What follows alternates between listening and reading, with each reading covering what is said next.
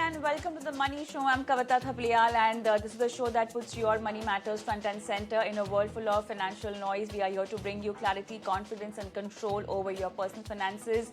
Whether you're planning for retirement, building your portfolio, navigating debt or just trying to make smarter money decisions, this is your space, your guide and your daily check-in with your wallet. Every evening we bring you insights from top financial experts, decode the latest trend and answer your burning questions on saving, investing, spending and everything in between, because you're on the Money Show. We believe one thing: you don't have to be a finance expert to take charge of your money. You just need the right advice. So let's begin.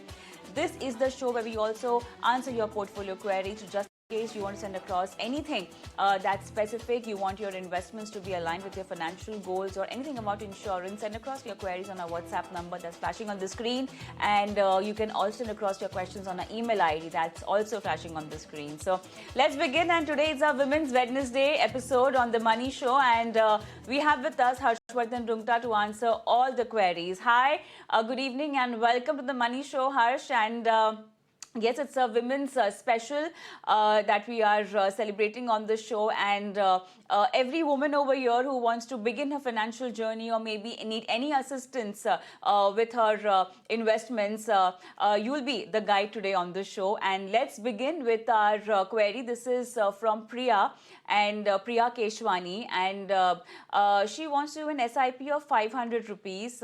She says she's just 16 years old and she wants to start her own business, and for that purpose she wants to begin her investment. So Priya, first of all, congratulations, and very proud of you. You know, you're just 16 years old and you want to start your own business. For that, at a very early age, you started investing. At least you thought about it, so congratulations out there. 500 rupees SIP, and so a lot of hand holding that needs to be done over here, Harsh. But then let's begin with the investment side, and later I think we should also guide her as to how to become an entrepreneur and how to approach finances and personal finance, especially once you become a business owner. Harsh. Yes, absolutely right, Kavita. I mean, I'm so happy to get a query like this from a 16-year-old. So this is the new India we're going to talk about, where where you're just barely out of school and you have ambition to start your own business. And not only have the ambition to start your own business, you also want to start saving for it. Let's not look into the amount, if it's 500 rupees a month or 5,000 rupees a month or 50,000 a month. I think what's more important is the intent, that she has very clear thoughts of what she wants to do, and she wants to accumulate as much as possible from whatever resources she has currently with herself. So I think it's a very good move, and I'm very happy to get a query like this from Priya. Well, Priya, with regards to where should you invest this money, Kavita has very rightly said that one part is to start investing, and the other is to understand what you're doing, and there could be a hand-holding process in that in this entire journey. So the first thing that you have to understand, whenever you're wishing to start investing, you, besides having a goal, so this, in this particular case, you mentioned that you want to invest to start your own business in future. As an investment product, we need to understand what is going to be the time horizon. For example, if you were to invest for a long period of time, which is say 8 to 10 years, for example, then the product that you invest into will be very different. It will be probably an equity fund where, over a longer period of time, that has the potential to grow and beat inflation. If you're looking at a medium term, which is not up to 8, 10 years, or it could be just say probably 3 to 7 years, 7 years or so, then we could have a hybrid product that you would be investing into. Now, what is a hybrid product? It could have a mix of equity and debt. There would be a balance between two asset classes so that in terms of volatility, it is lesser than equity, and it will also have the potential to give you possibly an inflation adjusted positive return. Now, if your time horizon is shorter period of time, then you would add a debt fund in it. What is a debt fund? Everything that invests into other than equity. Let's put it like that. In simple terms, just say that they will not invest into equity markets. They will invest into the bond market, the commercial paper, the certificate deposits, government securities. They will invest into only those asset classes. So which product you take, which scheme you invest into depends largely on what is your time horizon, which is not known in this case. Nevertheless, assuming that you are having a medium term time horizon, because you're 16 now, I think anything that you would plan to do would be at least 3 years and above. So it could go up to 4 5 years until you graduate. So I think you could opt for an hybrid fund. And within the hybrid fund, I'll give you a category which is the Balanced Advantage Fund. So look at investing into an ICICI Balanced Advantage Fund. This will have a mix of equity and debt, and the level of equity and debt will keep changing based on market valuation. So I think this will be one good fund to start your investment journey with 500 rupees as monthly SIP. All right, so that's the first step that you should be taking, and after that, you really need a lot of other approaches to consider. But then that will happen as and when your stages changes. But then, Harsh, a small note that you might want to tell her about her different life stages, that she might be crossing. I mean, although she is very focused as far as her career is concerned, investment is concerned, but apart from that, maybe other life traditional goals that she might want to line up, and how it is important to keep different kitties for all of those life goals. Yes, Kavita. So, we are all encouraged with this kind of a query. That is why we are going more into the details. Because if at 16 she can think so clearly about what she wants to do, start a business of her own, and at the same time wants to start investing for it, I think it's brilliant. So that's why we are encouraged to go further. And Priya, the idea that Kavita is trying to advocate is that one goal that you have set for yourself right now is business. The others you need to keep in mind could be as you start earning, probably once you get a little older, you need to create an emergency fund. So, what is an emergency fund? That, every time life does, so there could be an emergency that just suddenly crops up. So, what a person does in that scenario, you try and keep at least 3 to 6 months of your monthly expenses handy in such a way that if you require it, you just simply go and tap into it and you get the money within 24 hours. Now, that could be a fixed deposit, that could be a liquid fund, it could be a couple of other things. Now, that is not linked to market. So, that is the first step that you want to take as you grow older and you get independent on your own. Thereafter, there could be short term, medium term, and long term goals. So, short term goals could be possibly a holiday, could be marriage, could be higher education, could be anything else for that matter, or a purchase that you want to make in the next probably 1 or 2 years. So that could be a short-term goal. Then there are medium-term goals, could be house purchase, could be a vehicle purchase, could be something else in that context. And then there are long-term goals, which are meant for, say you have children going further, so you'll have, to provide for their education, you need to provide for your own retirement, could be several other things. This is your approach that what do you need is something that you draw up at the beginning, saying that this is my roadmap, and then you choose different vehicles, different products for different goals. So for short-term goals, as I mentioned, it will be debt. For medium term, it will be a hybrid equity and debt mix. For long term, it will be equities.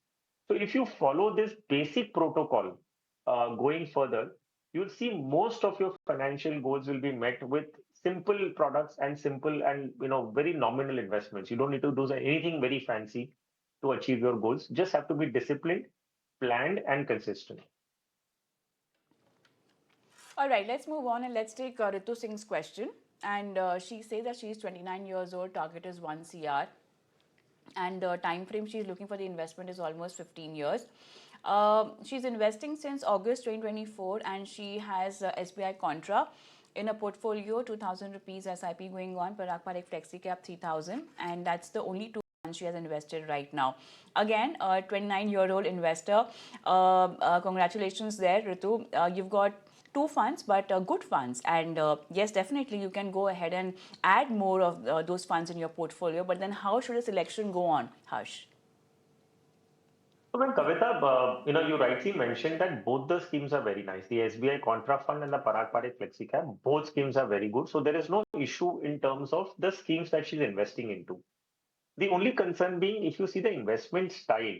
So one is SBI Contra Fund. By mandate, it is supposed to be a value oriented. You have to pick, companies which have a, which are falling into the valuation matrix that we are talking about. And Parag Parek FlexiCap as a fund house, Parag Parek as a fund house is a value oriented investment house. So though you have two different schemes, but the investment style of both the schemes is almost similar. Now, if I look at this with in conjunction with your target, which is 1 crore in 15 years, I guess there is scope for you to make changes purely for the sake that you can take something which is one scheme at least, which has a little growth oriented approach. Now, what I would recommend is that stop investing into the SBI Contra Fund, and that amount you can switch into a pure mid cap fund. So now, with regards to Parag Parikh Flexi Cap is more of a large cap allocated fund, and so you have another opportunity to take a pure mid cap fund. So you'll have a different style of investing. At the same time, you'll have a different category in which you're investing. So in place of SBI Contra Fund, you can pick the White Oak Mid Cap Fund. Now, this will give you that kind of a diversification. And because you have 15 years time horizon with an aggressive target, I think you can make this kind of a change so that you have growth oriented investing style also in your portfolio. Now, I'm concerned again with your target. Now, if I assume a 12% CAGR on this investment, going further over 15 years, the corpus that you're likely to accumulate will be approximately 25 lakhs, wherein you've said that you want, 1 crore as the corpus at the end of 15 years. So very clearly, you'll have to increase your investments by 4 times if you want to achieve this target. You may not do it right now itself, but over a period of time, you can most certainly plan your way in such a way that you increase investments every year. You step up by, say, at least 10%. And whenever possible to go beyond that, or whenever you have any bonuses or lump sums coming in, just ensure you infuse that amount entirely into the portfolio so that you're able to accumulate as much as possible in 15 years, if not the entire 1 crore.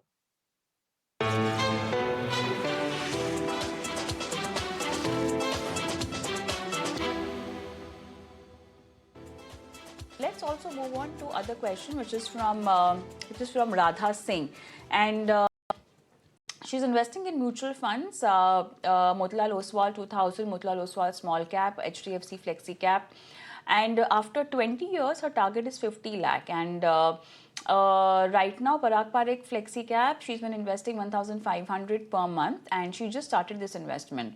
And she wants a review on the fund mix and obviously the way to go ahead and to achieve her goal. I mean, 20 years, 50 lakhs. How more should she be investing? So, Kavita, let's start with the good news.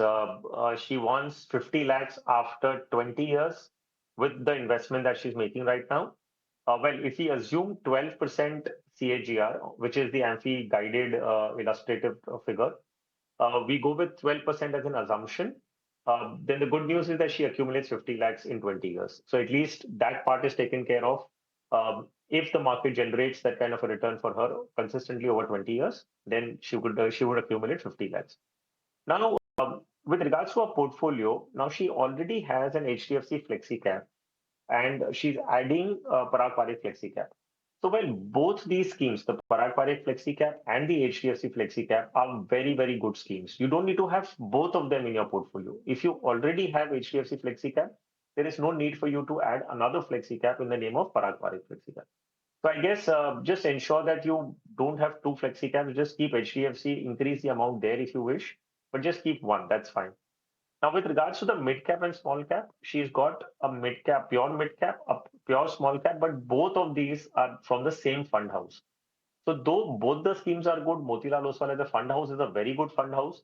But since there are more than 40 AMCs offering their services, why an investor would invest only with, say, probably one or two fund houses? Why won't you, spread your money and give your money to different fund managers because they would have different styles of investing. So you could benefit out of diversifying across different AMCs as well. So purely from that sake, I am suggesting that you stop the investments in Motilal Oswal Small Cap Fund and or rather start an investment with the Bandhan Small Cap. So with this, you'll have HDFC Mutual Fund managing your money, you'll have Motilal Oswal managing your money, and you'll have Bandhan managing your money. So I think you'll have three different fund houses, three different categories, so diversified across categories and as well as mutual funds. Very interesting. And all the questions that we've seen so far, women have been very good in selecting mutual funds, or maybe someone selecting the first mutual fund. This really says a lot about how prepared they are with their investments and how properly they understand the nitty-gritties of investing in equity via mutual funds.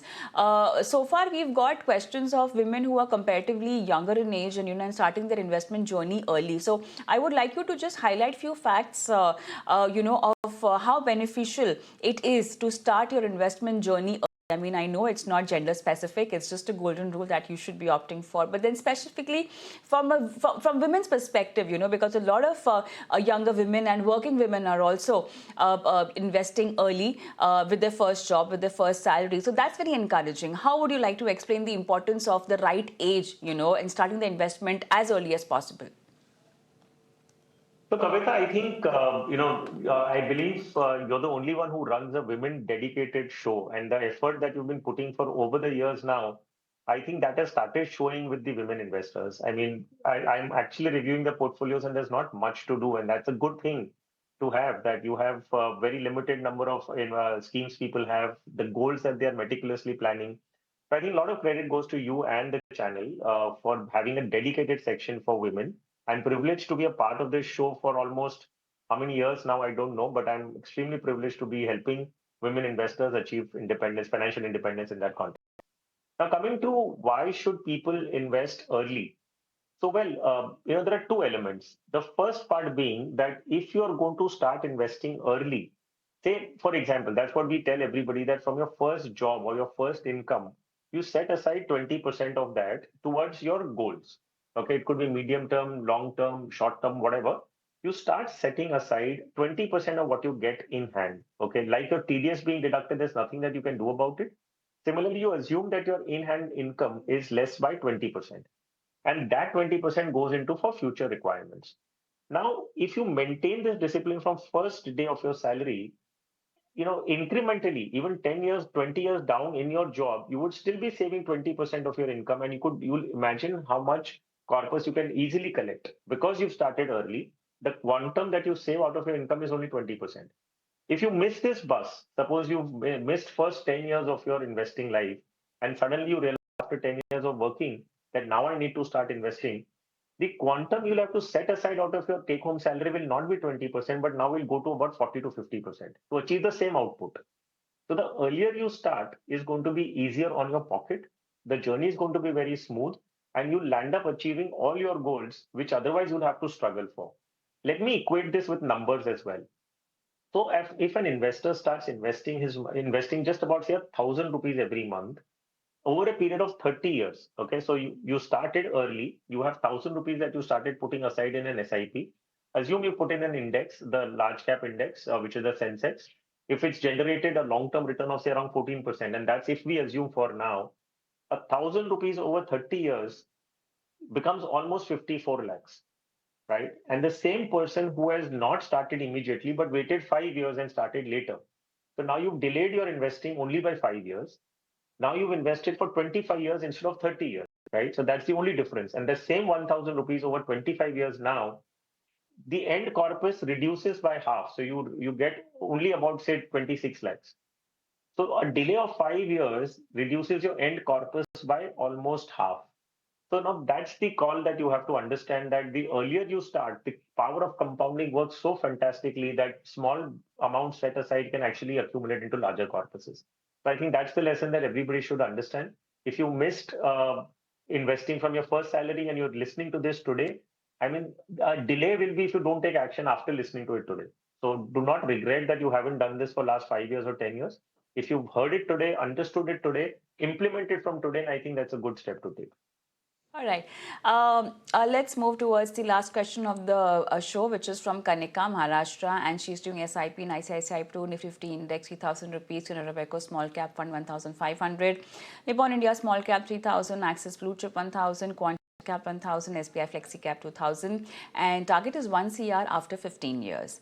Good portfolio, but slightly over diversified. We should be consolidating it, Harsh? Yes, you're right, Kavita. So, she has a good mix of investment, but she has two large caps, two small caps, one mid cap, one flexi cap, with an for an investment of 11,500. Very clearly, you don't need so many schemes. You're only adding to the administrative burden on your own self without really reaping any additional benefits of diversification, which you could have done with only, say, four schemes. So, what I recommend is that you make certain changes. So, 11,500 gets invested in the following manner. ICICI Pru Nifty 50 mid cap, Nifty 50 index fund that you already have with you. Continue, put 2,500 in that. SBI Flexi Cap is again what you already have, but increase the amount to 3,000. On mid cap, I'm giving you a fresh fund, which is White Oak Mid Cap Fund. Put 3,000 in that.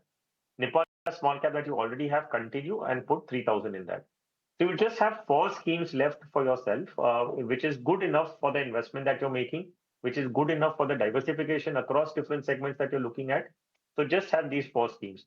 All other schemes which have not been named and which you're not going to continue, just redeem out of all of them and reinvest the entire amount that you receive as redemption proceeds as lump sum back into the four schemes that we've now continued. So just switch from existing schemes to your new schemes and continue investing with them in the allocation that I've mentioned to you. With regards to your goals, if you assume a 12% return again, after 15 years, you're expecting about 55 lakhs, wherein your goal is 1 crore. So very clearly, again, you will have to double your investments if you want to achieve your targets. Do it over a period of time as much as you can. But just keep in mind that with the current investments, you're going to be at half of what you require. So make sure that you increase your investments as and when and as aggressive as you can.